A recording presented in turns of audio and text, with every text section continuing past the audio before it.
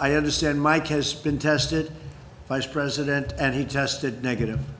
Mr. President, but if this can happen here at the White House, two people tested. It can happen anywhere. It can happen. So what? You see where it happens. People feel confident going back to work then?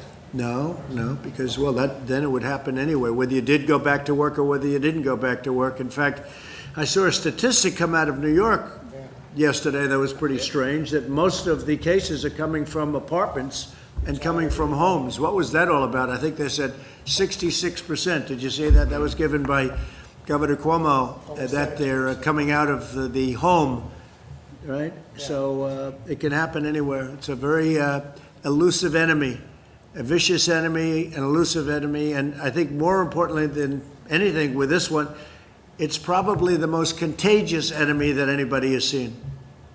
Mr. President, yeah, please. Given 2 positive tests in the last 2 days, what precautions are you taking here at the White House to prevent the virus from spreading further? And are you worried that it's kind of already in the White House? And well, I'm not worried. No, I'm not worried. But,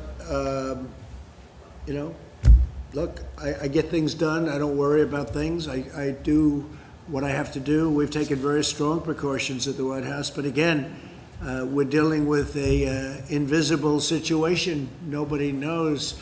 When I see that 66 in New York, 66%, where people stay home and that's where they're catching it at home, who would ever think a thing like that's possible? So all you can do is take precaution and do it the best you can. But Mike was tested today, and Mike was tested negative.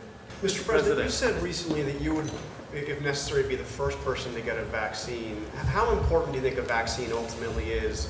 Well, I didn't say I wanted to. That's not a correct statement. I said, you said, would you be? And I said, if it was good for the country, I'd be. And if it was bad for the country, I'll wait to be the last one, or I wouldn't do it at all. No, I was asked whether or not I would do it as the first person. If I thought that was a good thing for the country, I would. I don't, personally, and I have to say, I think we're doing very well on vaccines. If they wanted to use me as a test, that's okay with me, if it was good. But that was really the way the question was asked. But how important do you believe a vaccine is to getting out of this? And what do you say to those that this growing anti-vaccine? Well, I feel about vaccines like I feel about tests. This is going to go away without a vaccine. It's going to go away, and we're not going to see it again, hopefully, after a period of time. You may have some flare-ups, and I guess, I would expect that. Sometime in the fall, you'll have flare-ups, maybe. Maybe not, but according to what a lot of people say, you probably will. We'll be able to put them out. You may have some flare-ups next year, but eventually it's going to be gone. It's going to be gone. There are some viruses and flus that came and they went for a vaccine. They never found the vaccine and they've disappeared. They've never shown up again. They die too, like everything else. They die too. And so whether we do or not, I think great progress is being made by Johnson & Johnson, by Oxford, and some others. NYU, I see, is very advanced. But if you don't get it, this is going to go away at some point.